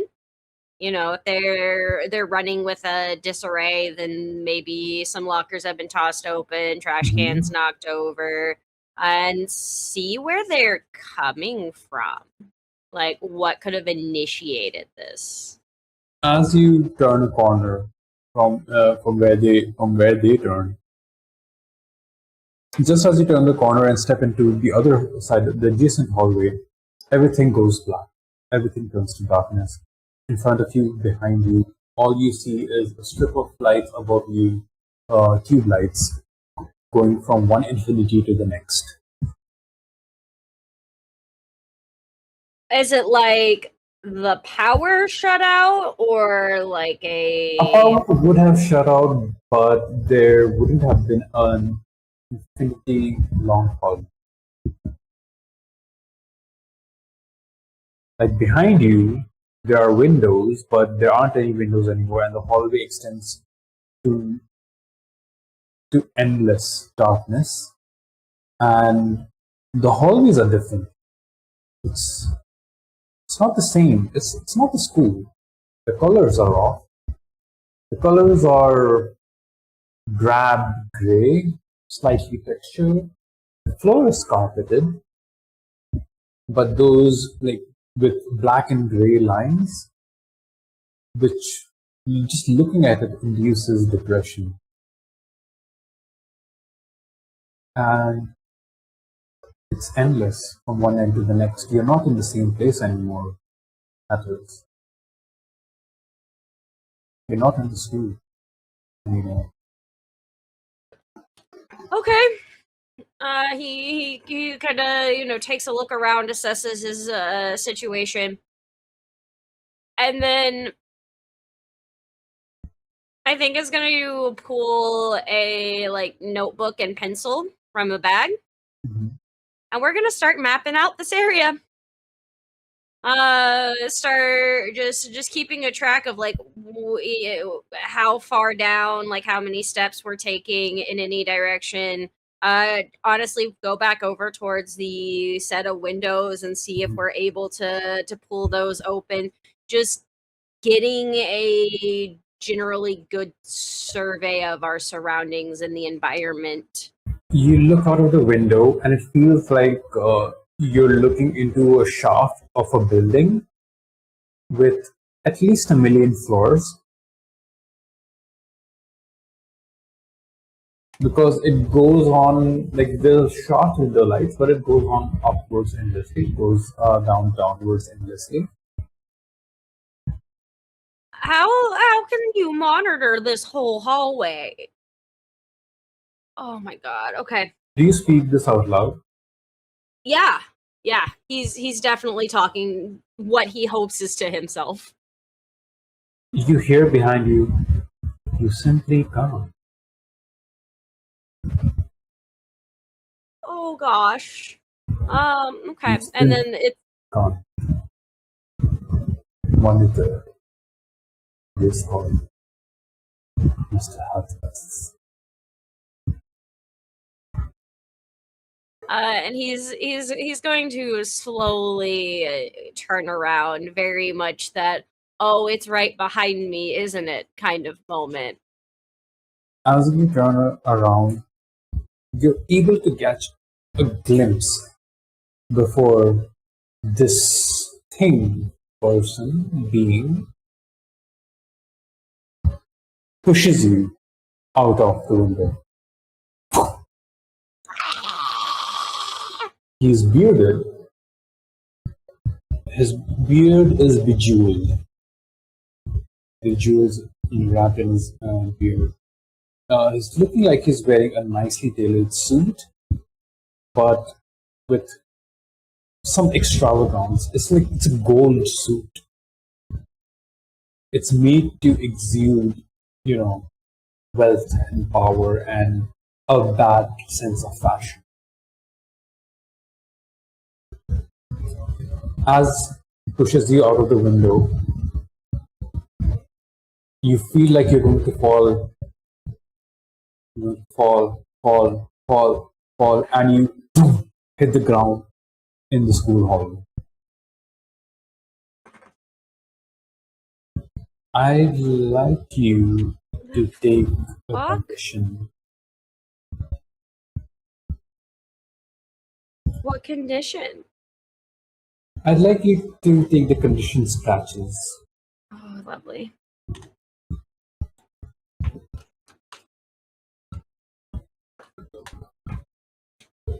But you do gain another few. This mysterious place. I'm going to refer to it as the Mirrorverse, as Sparrow so kindly offered earlier. Speaking of Sparrow and Yuri, see your teacher, his Varus, is out in the hall, just his back towards the class, hands behind his back, just standing out there. Oh. Does it look like there's any way to get out with the teacher being the way he is right now? There are always ways. What do you want to try? Wait, so the teacher is standing in the hall, right? Yes.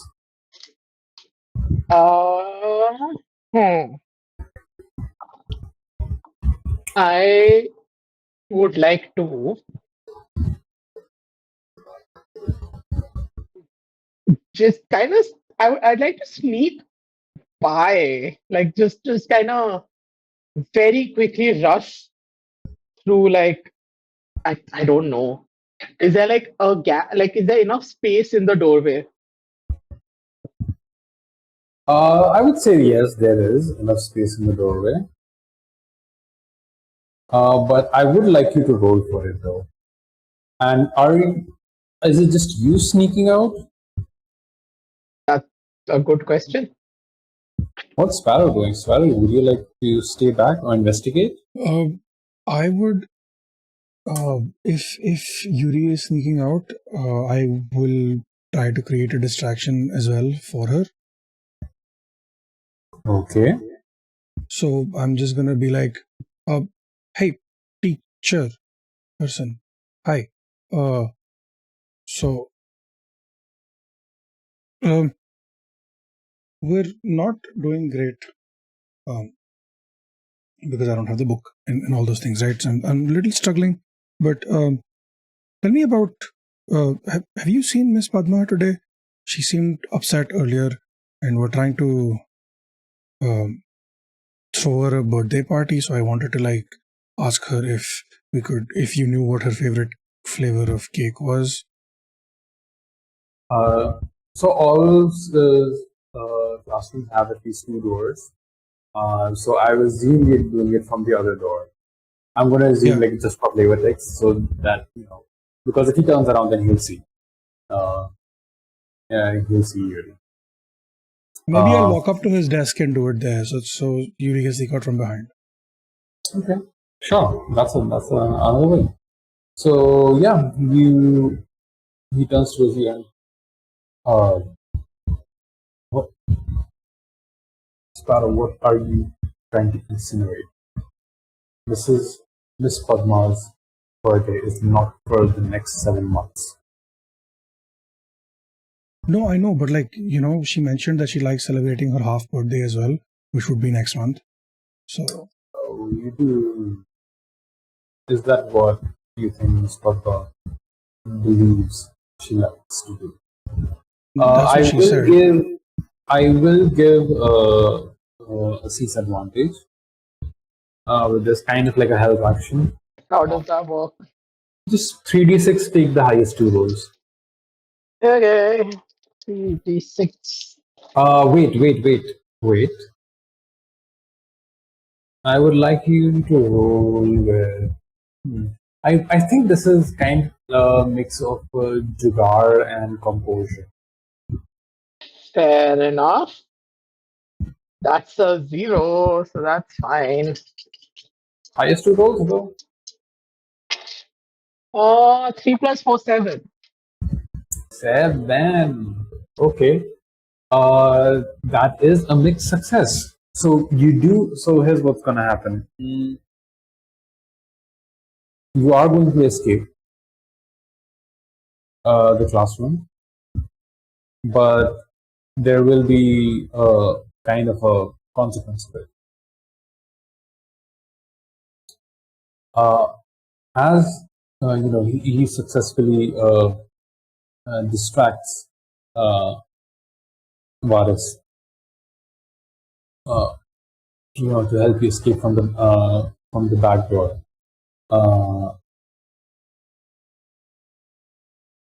There, as you open the door, it's at the end of a kind of like you can see through to the end of the hallway, like the classroom is at a corner, So when you exit the back door, you can see the end of one hallway, and if you peek to the side, you can see the end of the end of the other hallway. It's kind of like an L-shaped hallway, and you're at one corner.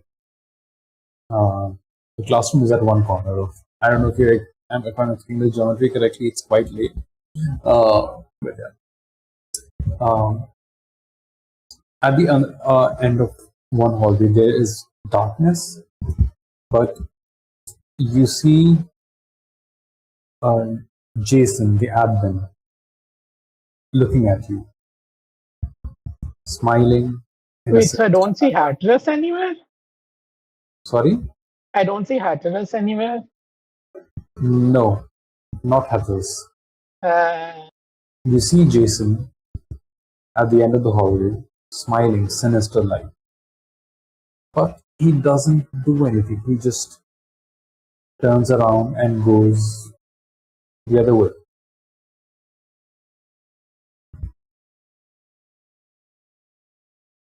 Okay. Is Sparrow like coming out behind me, or am I alone?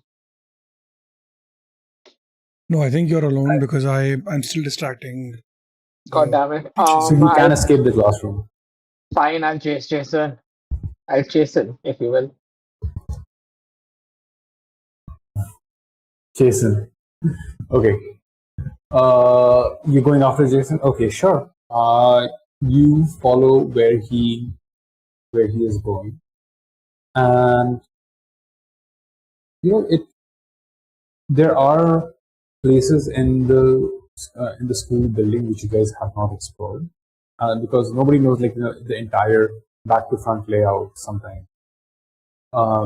So the moment you kind of follow him, turn a corner, go down the stairs, and you come across a dead end. There wasn't a dead end here before. There was a stair. There were stairs going downstairs from here.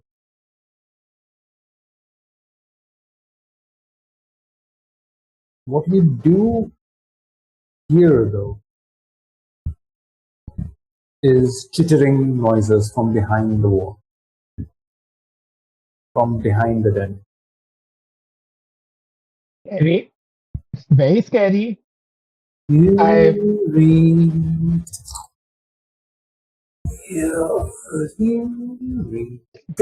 Can I text? Can I text?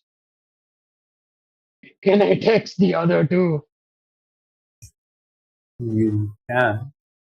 I pull out my phone. My scary voices. Stairs gone. Hallway. Where the fuck are you? You looking down, into your phone, typing. You look up again.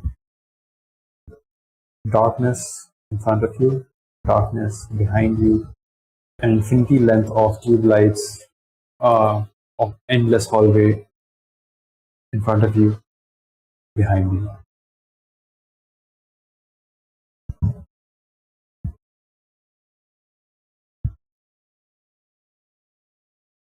The same sound echoes. You. Who are you? What do you want? What do you fear the most? Are you right now? I fear you. What do you fear of yourself? That's a very intimate, personal question, and I don't have to answer you. You feel hands holding your shoulder. I scream. I scream loud. Do you turn? I mean, I can't exactly run forward, can I? There's endless hallways in front of you. Oh, then I run forward. I do not turn. As you're running forward, you can feel like presences beside you. All of them saying your name. Yuri, Yuri, what do you feel? I fear this. What Leave do me you alone. hate? What do you hate? I hate you. Do you hate yourself? Do you hate us? No, I'm kind of cool. I hate you. The hallway suddenly ends, but there's a mirror.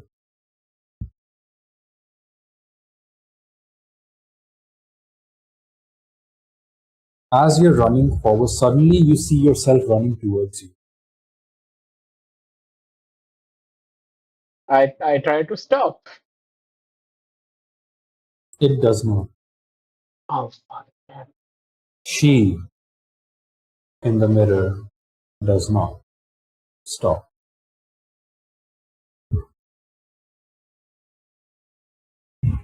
You see yourself run into the mirror, break through the mirror, her hands, your hands, going forward towards you, trying to grab at your throat, and just as the cold, rough skin touches your throat, you're back in the hallway of your school.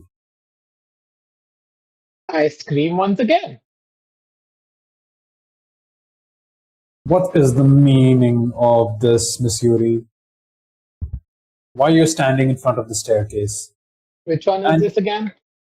this is Jason, again, your favorite admin. Oh God. I thought, The dead end is gone, by the way. The similar staircase that was there before is there back again. I'm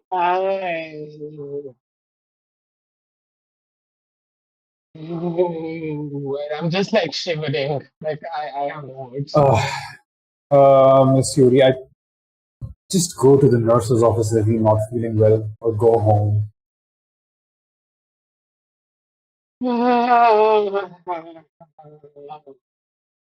Just go. I don't think you're fit for the classroom. And I'm just standing there frozen. I don't know what to do. You know what? I think I need to write it up to your parents about your behavior in school. And he's actually trying to write something up to send to your parents when you feel a hand sort of pull you sideways, and you see a kind of well, not kind of, you see the janitor, Devyanshi Michaels. She is about in her 30s, non-binary, femme-presenting person. She's like, sir, please don't worry about her. She's a nutcase anyway. I'll take care of her. I'll take her to the nurse. It's fine. Don't worry. You don't need to write up her parents or anything. Actually, it was me. I was trying to get some work done. I'll take on the blame. It's okay, sir. It's fine. You can go. And Jason just, please see to it, Michael, is that Yuri is either sent to the nurse or sent back home. Our principal will not tolerate this kind of behavior in school. The classes are going on.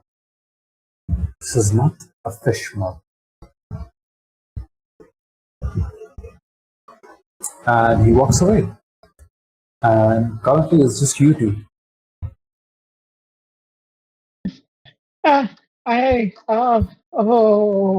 Kid, do you want to go to the nurse's office?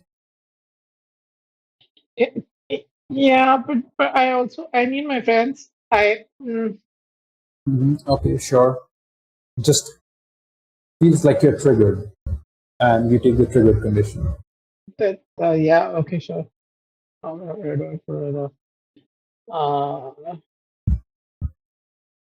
God, sure. I just start. I'm just like, oh God, the shadows and the hall. Please call my friends. The shadows and the hall. You say shadows and the hall. And the mirror and can you please call my friends? I will, but we do need to get you to the nurse's office here.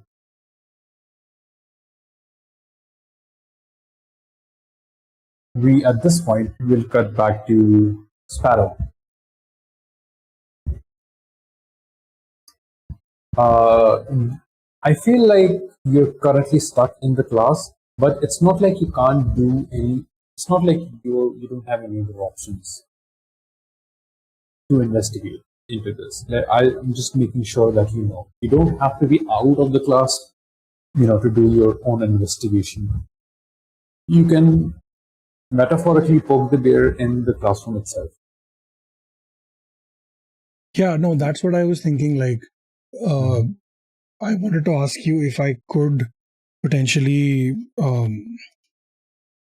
look for a clue in the classroom. Okay. There are, I would say, the avenues that are available to you currently is either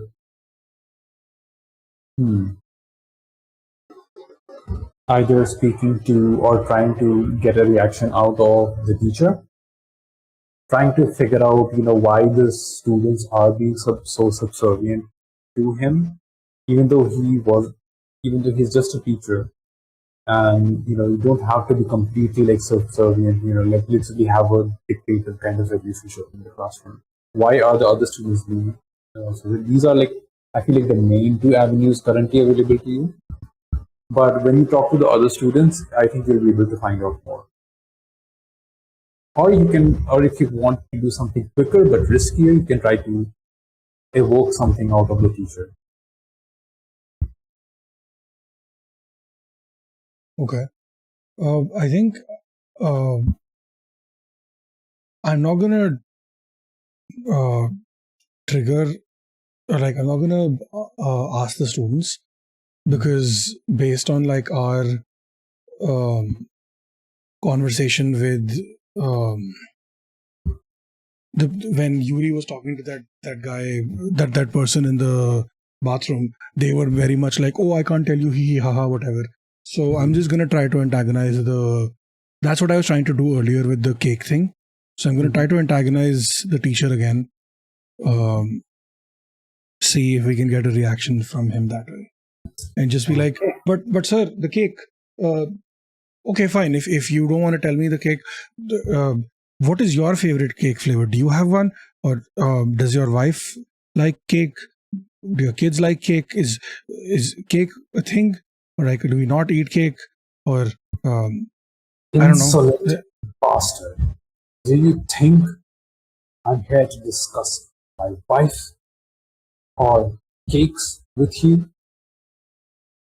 Wasn't there like a whole thing about let them eat cake, which sparked a lot of very interesting writing, which this is an English class, so like...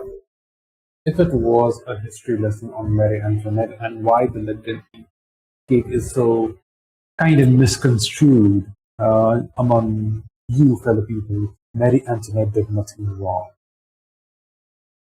First of all. And second of all, how dare you try to speak about my wife in this classroom? You know nothing, Mr. Sparrow. And you deserve to know nothing. Do you think I'm here to just... And he just like tries to insult you. I'm going to ask for a roll here. Okay. I'm going to ask for... I would say it will be with sensitivity, and it can be either reason or presence, but you tell me, what do you think? I think it'll be presence for me, because I'm not using reason here. I'm literally throwing caution to the wind and being like, hey man, let's see what sticks. Tell me what will happen if you fail. Okay. If I fail, whatever is possessing the teacher will come out and try to eat my ass. Not in that way, but you know.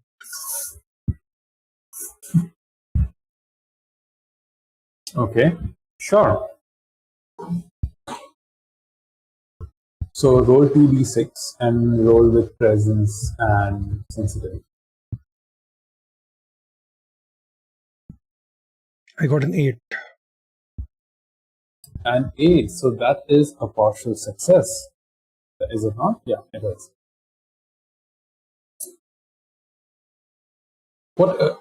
So tell me again, you're trying to provoke this teacher into doing something to show like what the fuck is going on and what the fuck was that face about. Am I right? Basically, I'm hoping that maybe he'll slip up, say something that'll give us an idea of what is happening, or I'm going to annoy the creature that's possessing him so much. This is Steve. I'm assuming there's something in there that... You think you're so fucking confident, aren't you, Mr. Sparrow? You think the world revolves around you. You think just because you have the top 2 buttons unbuttoned on your shirt, it makes you cool. It makes you everybody likes you, right? Because you're supposed a bad example that nobody wants you to follow. But let me tell you, Mr. Sparrow, you're not just a bad example, but you are a bad product. You are nothing but a bad product of the school, somebody who will be written out of its history and perhaps written out of the history of the world itself, because I am here to end you all.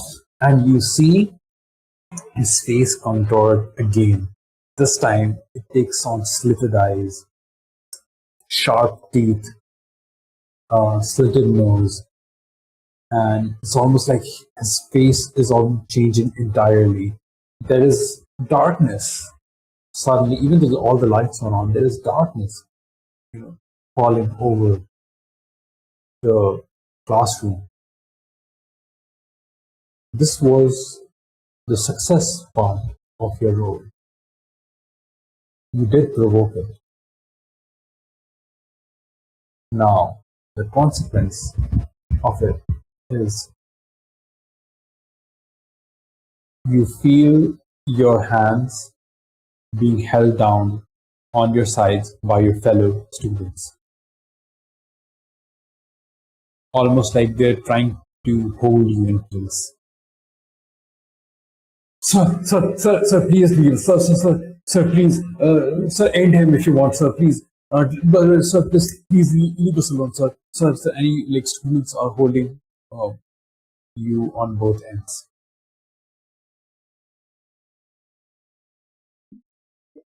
Does this count as being physically touched by a monster?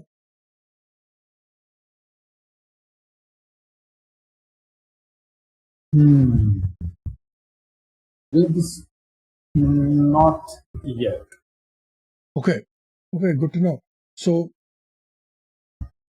because it's not, you're not being currently physically touched by the monster yet. Okay, so that means that the kids are being controlled. They are not the monsters yet. Okay, good to know. So they're holding me back, and they want the teacher to discipline me? Question mark. I mean, discipline you kind of they're not sure. You're not. I don't think you're sure what they want you to, what they want him to do to you. They just ask him to leave them alone. Okay, I'm gonna try to entice another riot if possible. Okay. So with you're trying to do mass bunk again, right? Basically, yeah. Okay. So we will tell me what you try to do, and this will be kind of a conclusion of your scene. Okay, yeah, makes sense. So basically, what I'm trying to do is the creature. Is he still in that creature form, or has he retreated back to his teacher form? It came again just for a couple of slightly longer now. It was like not a glance, but a couple of seconds. But it's him back again. Okay, yeah. So I'm just gonna very calmly just lean back, let them grab at me or whatever. It's fine. Teacher, professor, whatever you want to be called. Okay. It's very funny how you keep talking about not leaving an impact and being erased from history and this and that, and then you choose to be abusive. You know what they do with abusers, right? They are forgotten in history, and nobody will remember the name of ABC horrible person who did things, because that's all you're left for as a footnote and someone else's story, and that's all that is going to be left of you, creature inside professor or whatever you are, with your weird ass fangs and your stupid fucking eyes and absolutely no. I don't even have words to describe what you are, because I'm just so indifferent to your existence. And these kids deserve better. We all deserve better. We don't need your pathetic, listen to me because I am better than you bullshit. And I just look around, you all deserve better.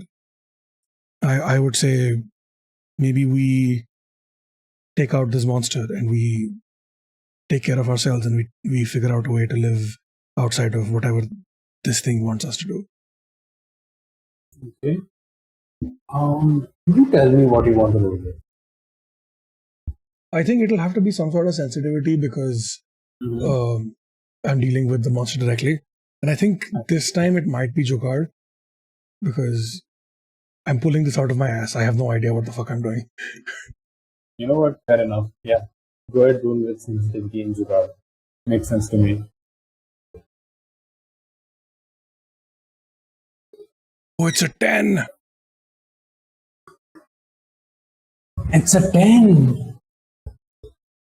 Okay, on a 10 plus, what does it do? Your garner attention of others, they will now follow in your footsteps, and you can ask for help. Yeah, ask for help in helping you in 2 tasks. Okay. You immediately feel the grip loosen. What do you want them to do? One, I want them to help me find the next clue. 2, I want the task that I'm aiming for is to free them from any monster control for the foreseeable future. To free whom? These students, these specific students. So all the kids in my class will be immune from the monster effects for the foreseeable future. That is my goal. That is my task. So I'm trying to figure out how they will help me do that. So maybe they figure out something that makes them immune or something that makes the creatures weak to them or something. Okay, I don't think that they themselves can figure out what is going on unless they know what is going on. My only concern with this is like it sort of feels like okay, be good or be well. Okay, okay, yes, okay. Let me rephrase that then. So the first one is to help with the clue. The second one is to basically, I guess it's combined only. If I can have a specific clue instead, could that work instead of two tasks? If I could have one specific clue that I need. I would say you want a specific clue. Yeah, basically, what are these creatures weak to, kind of thing. So basically, like what I'm trying to do is that because these students have been under the monster's effect for so long, they understand it and they know what its weaknesses and what its immunities are, or something like that, in D&D terms, right? So I'm trying to figure out if I could use that as a clue, which could be like, oh hey, these monsters hate sound, for example, really high pitched noises, right? Something like that. Mm-hmm. Okay. So here's what's going to happen. First thing that they're going to do is going to jump on the teacher, Varus. He's trying to approach you with almost a murderous intent. The least that he would do is corporal punishment. The most that he would do is beat you to a pulp, to send you to a hospital. So they jump on him, they restrain him, and you see a key with a key drop from his pocket. As they sort of pull him back, restrain him, push him down on the ground. There's a key with a note on it which drops from his pocket. That's going to be a 1 clue for you. On the key itself, you don't know what door this belongs to, but on it is written with principal's permission.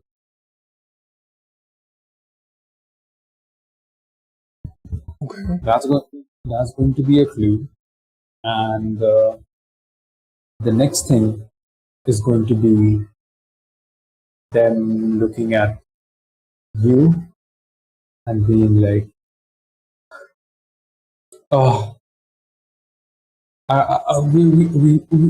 don't know what's going on. Ever since like last week, all of us we feel like losers. We feel like we're not doing a good enough job. Some of us are fine. You seem like you're fine, but some of us, like, we really feel like we're doing badly in life. Sparrow. I don't know if it's related or not, but a lot of other students from other classes are feeling it the same way. I think the nurse noticed it as well. I'm not sure uh, if it has to do with anything or not, but uh, I don't know what do you think we should do?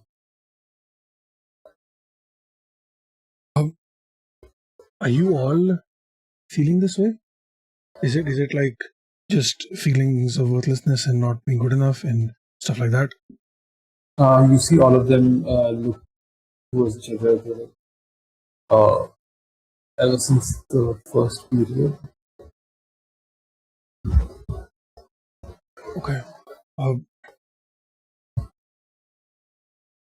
Look, I can lie and say, oh, it's going to be okay, and all you have to do is believe in yourself or whatever the fuck else. But that's not how it works. That's not how life happens. You don't, just because somebody tells you to do something, you don't magically agree to that unless there's actual magic involved.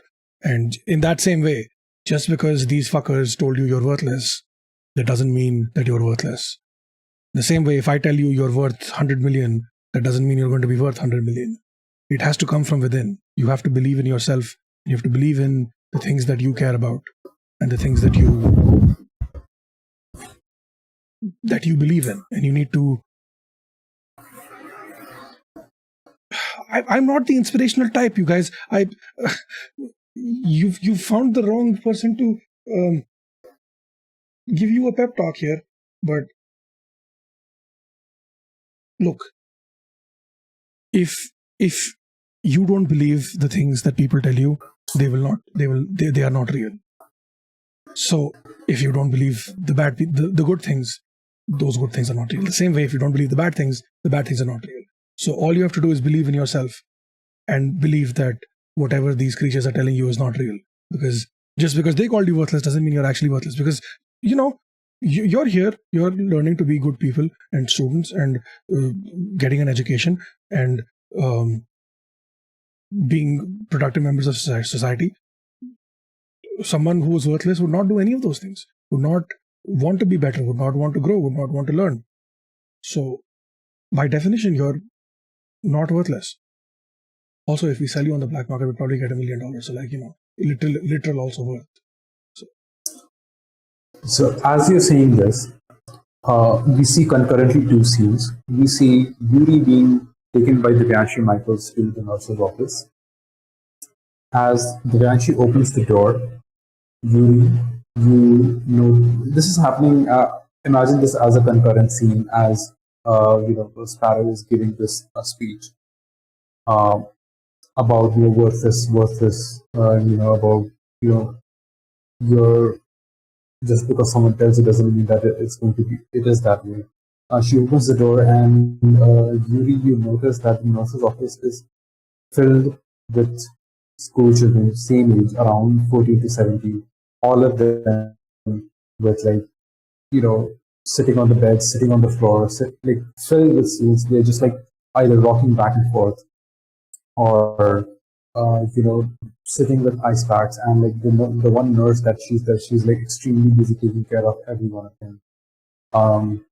Hatteras, as you come back into the hallway, you notice the same stampede which overran you, coming back to overrun you again.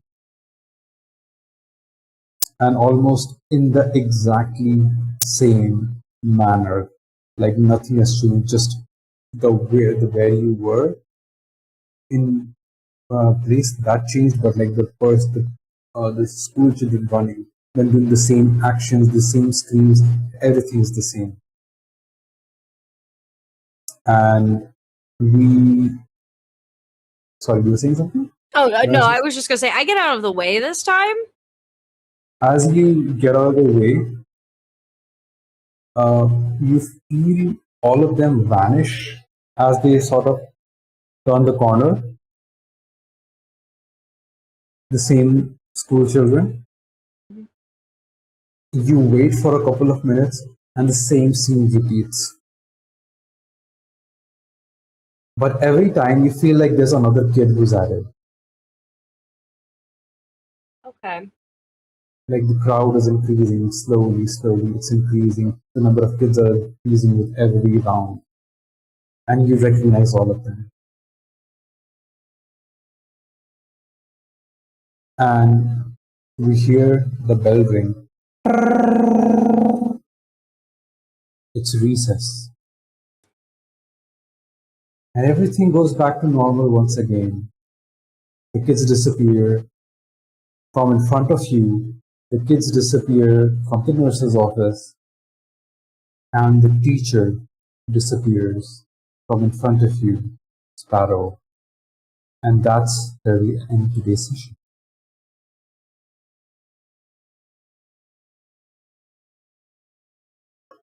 Holy shit. Hate this. Hate this.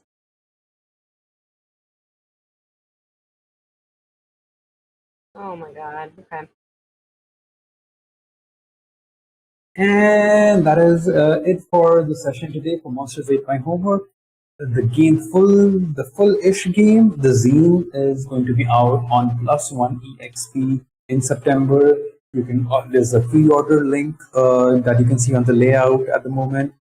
If you search Monsters 8 My Homework on Google, I'm sure it'll show up on as a +1 link, so you can pre-order now if you want. It'll help me pay my loan back.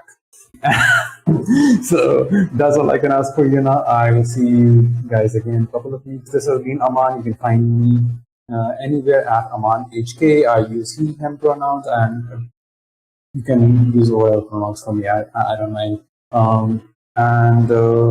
Monsters 8 My Homework is coming out in September. And I hope you like this episode, and I hope you come back and watch the second one and the third one, the fourth one. And that is it from me. I will do Steve. Hi, hello. I'm Steve, also known as Sassy Pants. I run Pantsless tables, and I do other things.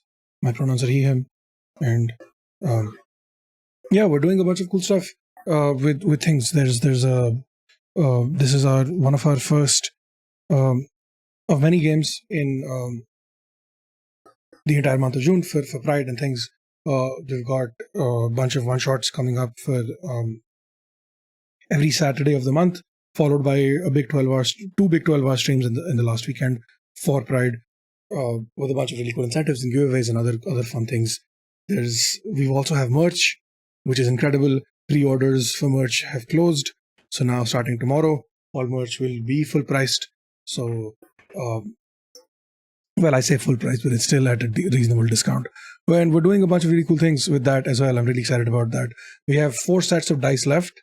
So if you want to get dice in before they run out, before we launch a new set of dice, you know what to do. Yeah, that's me. Urvi. Oh, hi, hello, howdy. My name is Irvi Fitz. My pronouns are they, them, and I've been here for a good time and hopefully a long time. You can find me across the internet at Irvi Fitz. I'm the only one out there, I pinky promise, because I have checked somewhat recently. If you don't want to find me on socials, though, you can find me on Start Playing, where I do things for hire. Otherwise, yeah. This has been really fun. I loved a good card by Brindlewood system. And I hate this. I hate this so much. Assis. Hello, my name is Assis. My pronouns are she and her. I also hate this. This is terrifying. You can find me everywhere on the internet at lesbianing, that is yearning with a lesbian in front of it, but not Ian. Who is Ian? I don't know. Sorry, I'm very out of it today. I will be less out of it next time. You can find me here on Pantsless doing Dark Waters on like every alternate Friday, doing Unskippable Cutscene on the Sundays that I'm not doing this. and probably other things in other places. Stay tuned. Follow me on places. Find out. I have a YouTube now. I'm putting stuff out on YouTube sometimes. Yeah, that's me. Happy Pride. That is it. Steve, take us away if there's anything else to say. If there's nothing else to No. say, then everybody is gay. Yeah, I think that is true. everybody's gay anyway. We're all but- gay. And we will leave you with the gay for next time on Monsters Ate My Homework.